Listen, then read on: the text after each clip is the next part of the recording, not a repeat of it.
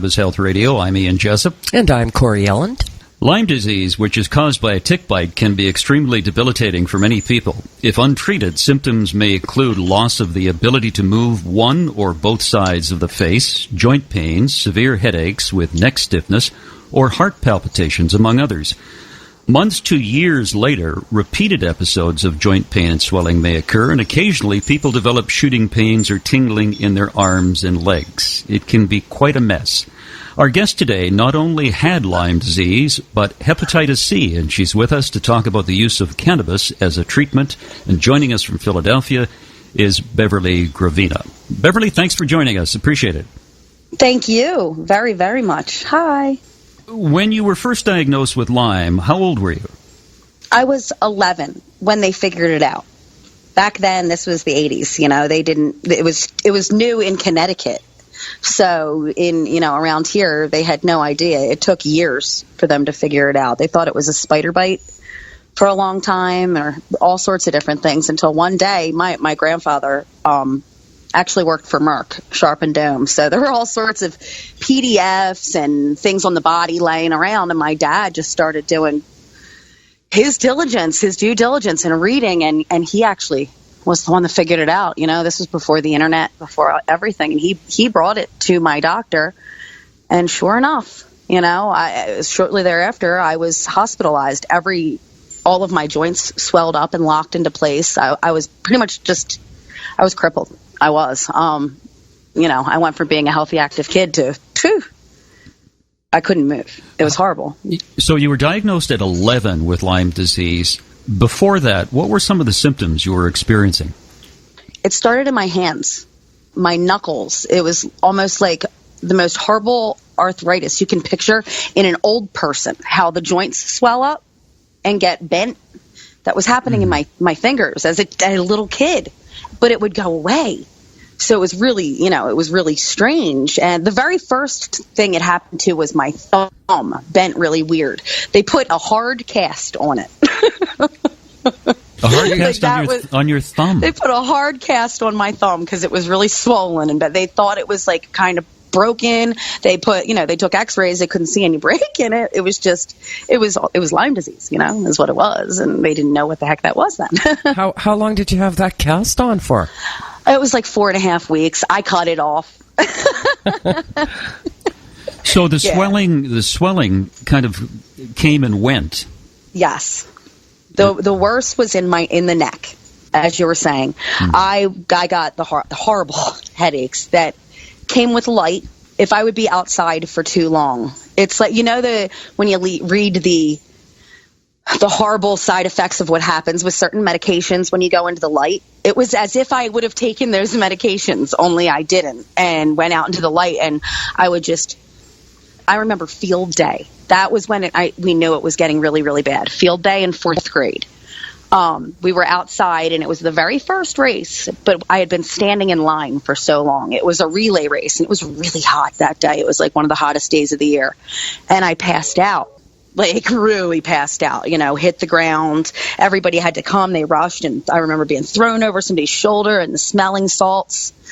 And that was when it was like, okay, that this is beyond, a little girl. Because I would faint, too. I would sit there and I would get short of breath and faint. And they thought, maybe there were things going on in my family. My parents were divorced, so there were issues. I was an only child, so they thought I was taking things in emotionally that way. Nobody knew what to look at what was happening as what it actually was, because they didn't know.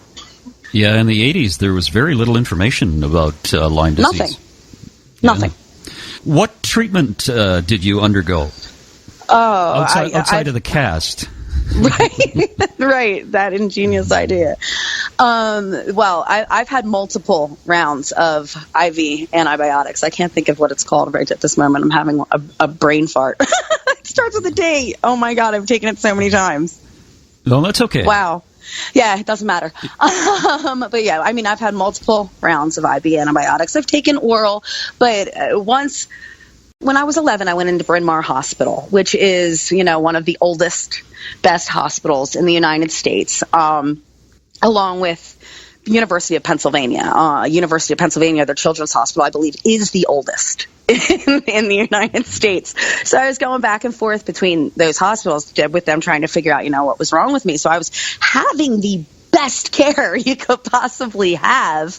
But, care can only go so far when they don't know what it is. I ended up being sent home, and my dad became my nurse, doctor, because, money only goes so far. Insurance only goes so far when they don't know what it is. So, yeah, my dad took it on. It was crazy. He was putting the IVs in because we had the home nurse that came, and after a certain amount of time, it just got really expensive. But so my dad was giving me the IV antibiotics, and I ended up, I was having, even when they got rid of it, I would have side effects. I had arthritis immediately. At like 11, chronic fatigue syndrome. Oh, that was horrible. I was a really, really bright child. I was in an academically talented program. I just did really well.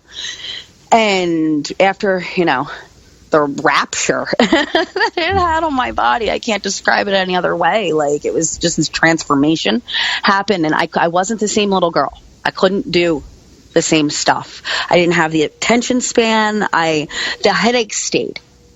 And they were bad. I couldn't go to school. It just changed me. I don't know how else to describe it. And then I got hit by a car when I was 16 years old, and that put my body through a huge shock.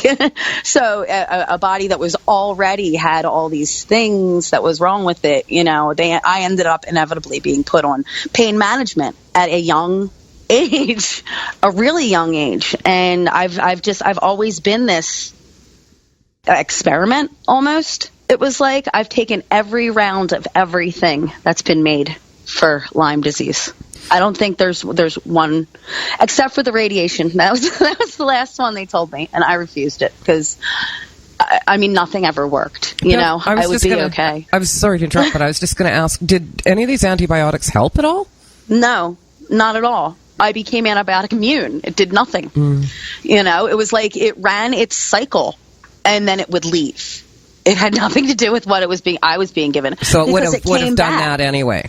Right. Okay. Right. Exactly. And I've since, refusing the radiation and that, I've seen the cycle of what goes on in my body. And, I've learned what to do. Because it's my body's crying out because it's missing something. That's what I've come to realize. Like there's certain things that you can take, cannabis being one of them. Like if an endocannabinoid deficiency is real, I'm the one that has it. Yeah. It just is what it is because the Lyme disease created that within me. My brain doesn't produce, it doesn't mean that it can't. It just doesn't. And once I learned, I was taught what I could do to start healing myself, my life just took a complete 180, It was like going... Let's go back to that. Yeah. And okay, so you're 16 and you've been hit by a car and then you do all the painkillers. Yeah, all of them. Right. And at one time. And then what? It was the same spiral that you hear everywhere. I mean, that was back in the 90s. There was no Oxycontin then. It was about to come out. So when all that happened, I was being given Percocet and Dilaudid. And, that's just like, it was like instant gratification, instant pleasure. And I just ended up burning out every bit of everything in me. My brain couldn't produce this stuff anymore. My immune system was shot. My pleasure centers were shot. Everything was shot because all these pharmaceuticals were given to me that really weren't doing anything at all.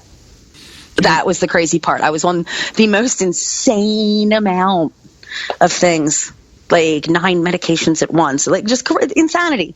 Somebody shouldn't be able to function like that, let alone legally be prescribed them. My goodness. I'm blown away, Beverly, by the fact that they offered you radiation for your treatment. I mean, yeah. That just seems to be bloody barbaric. Yeah. Well, and you know what now? Google. It's crazy how normal they think it is. Google it now. one of the things they think of as being an acceptable, I forget, I looked it up last night. I was going to bring it up and talk about the insanity of how that's one of the first things they offer people now. What was my end is one of the first things they offer. One of the first options. Yeah. Yes. Boy. Yeah. I know. Crazy. Like, I when I think of radiation, I think, like, when I was little, people had gotten cancer and stuff, but not like one person out of every family, you know, like something like that. And not like it is now, you know. So when I think of radiation, my head still goes back to that little girl, like, whoa, you're getting radiation. Like, that's heavy. But now the train of thought has changed so much because of the insanity of big pharma and medications. Like, people think it's okay to be prescribed all that stuff. So now when radiation is thrown out there as one of the first options, they're like, okay, maybe we should just go there. When you were a teenager and you were taking all these medications, what was teenage life like for you, and what did your friends think of you taking all these medications? Oh, I couldn't have them. I could only have, like, I have some really, really amazing friends. Don't get me wrong. Like, they stuck by me, but I pushed them away because nobody understood how I went from being the little girl that I was to who I had become. It was two totally different people. And I did everything I could to isolate myself. I would spend weeks by myself, or the opposite, and just disappear. It was like I would swing. I had crazy mood swings. Insane, actually, mood swings that were a direct cause, of course, from, you know, they say that and it is, Lyme disease is the same Diptylococcus or cocci, however you say it. It's the same bacteria that causes syphilis. It drives you nuts. Mm-hmm. So I experienced that at a young age. My brain was just pushed, like, literally. I don't know how else to describe it. It was like it was being pushed on. And I was becoming somebody I wasn't. And the medications thrown on top of it with all these side effects, and it was just bad, you know. And because I stopped feeling, like, altogether, I stopped emotionally feeling, I stopped physically feeling. I couldn't be a daughter, I couldn't be a friend, I couldn't be anything, you know. I could be a patient. I was a really good patient. You felt totally isolated. Yeah. Like, as I said, I was an academically talented program. I went from me having these goals and dreams and wanting to be somebody and do something and help people to I wanted to be on disability. So I could sit around and not be expected to do anything, because I couldn't. I was tired and I was depressed, and, you know, the complete and totally abnormal had become normal. People were co-signing it. Sorry, tell us how cannabis entered the picture. That is the best part of the story. I was watching what was happening. This was not that long ago. I had just had my son, Sebastian, who is 4. And right after I had him, I was told, you know, your symptoms are back.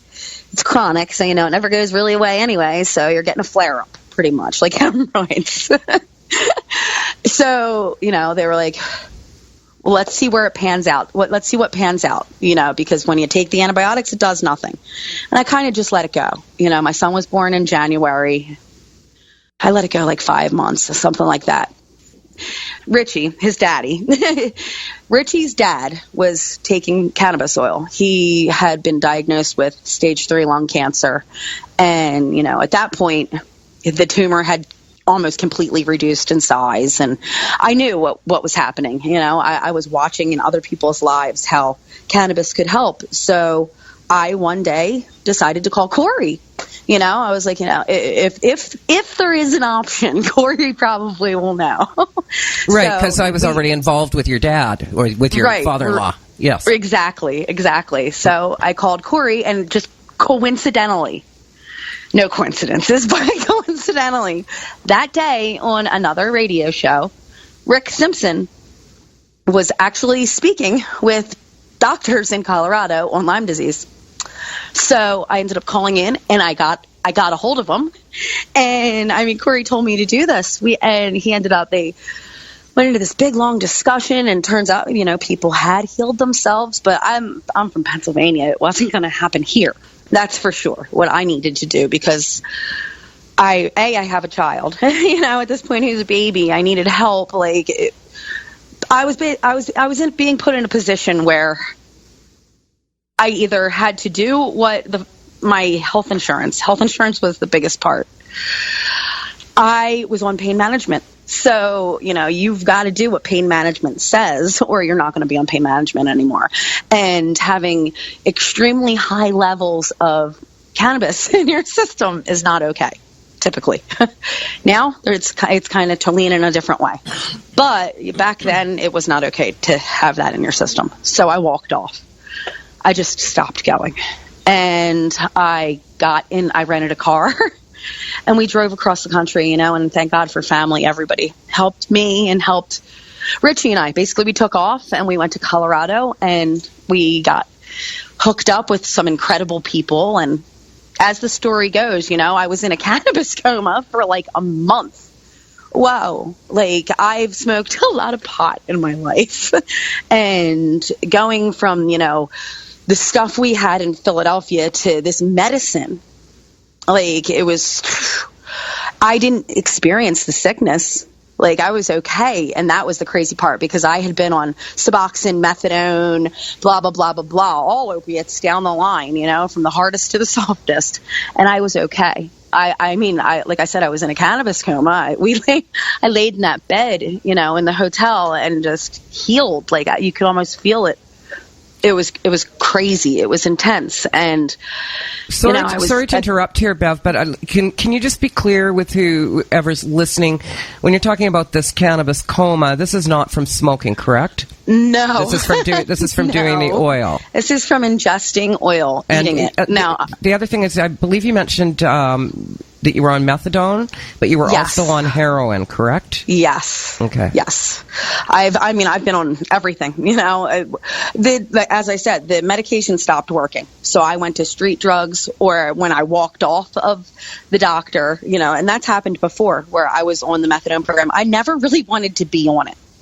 I always wanted to be normal, and I couldn't be, because I kept being told that you're sick, and I kept having these relapses of this illness. When I went there in 2000, I haven't had a relapse since. It just doesn't exist in my body anymore. And that's the hepatitis is another thing. I didn't know that I was helping it. I actually got told, as last summer, I went into the hospital because I was pregnant, and I was told when I was in the hospital that I had no signs of it in my body. And I'm like, how? How could that possibly be? My levels were in the 100,000s a couple years ago.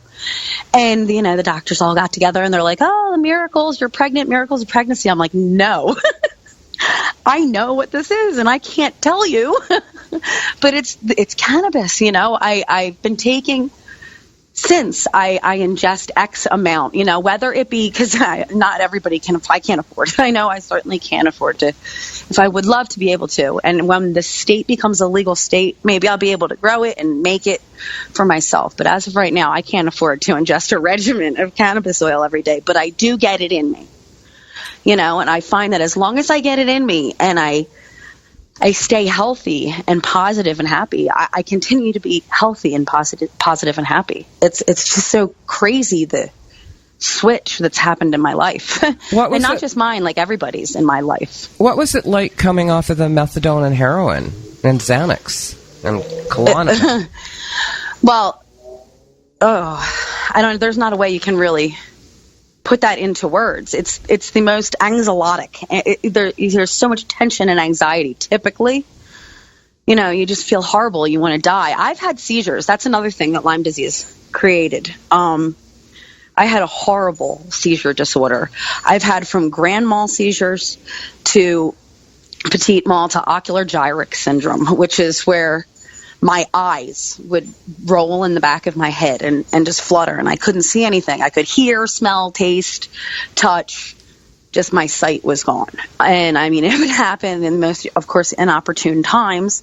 I'd be in a store with my dad. I remember that, shopping with my dad, and my eyes started rolling back in my head, and I had to be led out of the store. And Gatorade, that was, electrolytes would bring me out of that kind. It was like my body got a switch turned on when I was little, and this little buggy invaded me. And cannabis, I mean, I do other things. I stopped eating meat. Like I've gotten healthy. That's a huge thing, being healthy. Beverly, I mean this in the kindest sense, but Jesus, you were a mess. Oh yeah. You were a real mess. What was it like? What did you feel like after the 1 month in Colorado? Everything was, it was brighter. Like, it was like all of my senses were heightened and back. Like being awake. It was like I was asleep for the longest time, and I was becoming myself again. I don't know how else to put it into words. It was an extremely, extremely spiritual experience. I mean, like going from the depths of hell to... Like, my life is, if there could be a heaven on earth, I could say that it would describe that. Because I've gone from what I've seen, like, but also to me, like, heaven is in $1 million mansions. Doesn't mean that's not coming. You know, the fact that the person that couldn't function, that wanted disability, now takes part in running a national corporation. That's just, I wasn't that person. I couldn't be. But it turns out I am. And cannabis did that. You got your life back. Yeah. And you got off of those. You got off of heroin and methadone, etc. Everything. Yep. Everything that the doctor pushed at me, I gave back. Have you been tested for Lyme since you've been using cannabis? Yes. And it's just not there. It's not there. It's not there.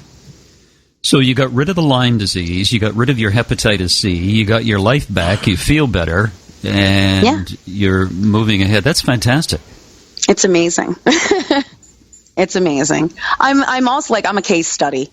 I have doctors that follow what I do because they have my whole life. But now I have very progressive, amazingly smart doctors who are on my side that, you know, watch and monitor and, of course, are documenting. And hopefully whatever's happening with me is going to help other people. Are you on a maintenance dose of oil then? Do you do oil every day or? I can't afford to. I wish I could. I wish I could. But yeah, in some way it gets in me. Whether it's, you know, I eat a brownie, I smoke it. I don't like to smoke anymore, really. Smoking in and of itself is just not okay, I don't think, to ingest. So vape, I'll vape it if I can, and I find that tends to work better. Yeah, but if the most oil I can ingest, I do. So as consistently as possible. Yes. Well, Corey's motto is, no matter what you take, just get it into your system. Don't worry about whether it's smoking, vaping, oil, or just get it in however you can. Right. That's right. Right. Yeah. Yep. And it works. I mean, there's been months have gone by where I haven't taken oil, but believe me, it's gotten in me, and I'm still okay. Like, I just think it's at some point it's a certain level that you have to stay at. You are a different woman than the woman I first spoke to 4 years ago. Yes. Yeah. You're she, how so? Her just even her energy, like the vitality that exudes just listening to you. Yeah, she was awesome. Like this talking to me. Oh, was she? Yeah. She was very ill. Yeah, I was. I was. Boy, you're vibrant. It's awesome to have it be in the past. Yeah, you're vibrant now. Yeah, I wake up like it. I'm just happy. Like, I have no reason not to be. Well, you've been in the depths of hell. I mean, you've escaped. I did. I did. And not by myself either. You know, like and things like that, you bring your whole family down, and my whole family isn't down anymore. Everybody's close.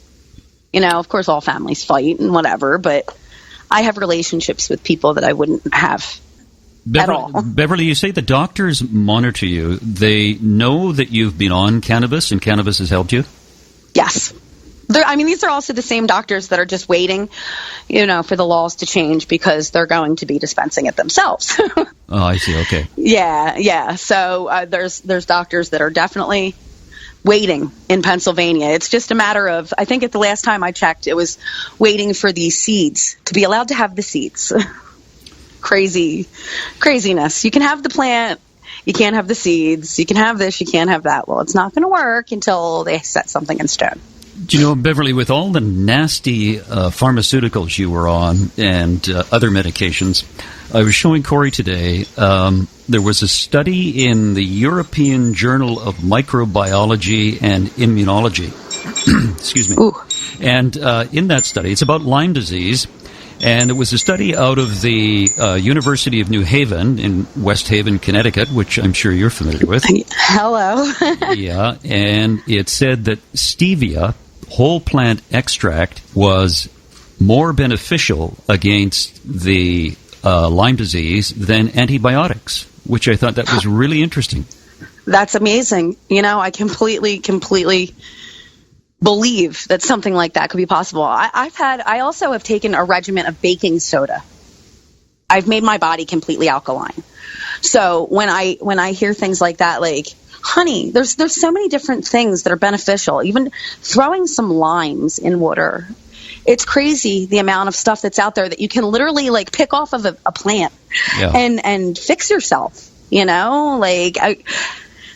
don't want to sound like a lunatic Bible person because I'm not by any means, but everything was given to us that we really need. Like it's all here. The earth provides what we need. We're just a part of it. And it's like almost ridiculous for us to think that we could improve on that. Look what happened. Didn't improve, that's for sure. Man-made chemicals are just that. They're man-made. What other changes did cannabis make to your system besides getting rid of your Lyme disease and hepatitis C, if that isn't enough? Yeah, well, this is another study that's pretty much going on. From the Lyme disease, and it runs in my family, we have endometriosis. Pretty much everybody, all the women at some point get a hysterectomy. Woohoo! Fun. The Lyme disease on top of it, it was horrible being a woman. Like, I just had horrible periods. I would get them twice a month, heavy, very bad. I had gotten to the point where I was told I couldn't have kids again. And remember, I had said that I had to go to the doctor last year, to the hospital, when they had told me I didn't have hepatitis. Well, it was because I was pregnant. I had made my body so healthy, so alkaline, that it had gone from being that I couldn't have a child. And I was trying to figure out, when I was going to. I actually had stopped working. Like, I was trying to set up so I could have a hysterectomy. And then all of a sudden I was pregnant. So I had made my body so alkaline. I had made they'd said I made it such an inhabitable environment. The baby just started growing. And it was a fetus that shouldn't have. When I actually went to the hospital last July, it was because I was having a miscarriage. And it stopped. I was bleeding. Like, that was the point where, that baby that in the end, I ended up miscarrying. It was a horrific experience. But, that wouldn't have happened if I hadn't have changed whatever was going on in my body so drastically. As I had said, the University of Pennsylvania Hospital and Children's Hospital, it's being one of the oldest hospitals.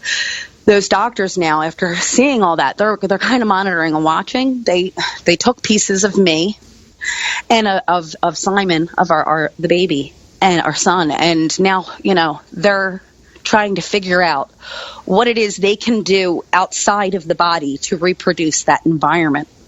So now those babies that are born premature at 5 months or 4 months or whatever, how can they make an environment like what was going on in me? And that's happening right now. That's incredible. So what you're saying is you should have never even been able to get pregnant, and then to get pregnant and to carry that baby as long as you did was nothing short of a miracle. Absolutely. Yep. Yeah. So, and I mean, everybody that's come into contact with it, it's a case study is what it is. Like, they really made it a case study and how to figure out how to make this. You know, we can make everything else. Let's have it if we make some life live.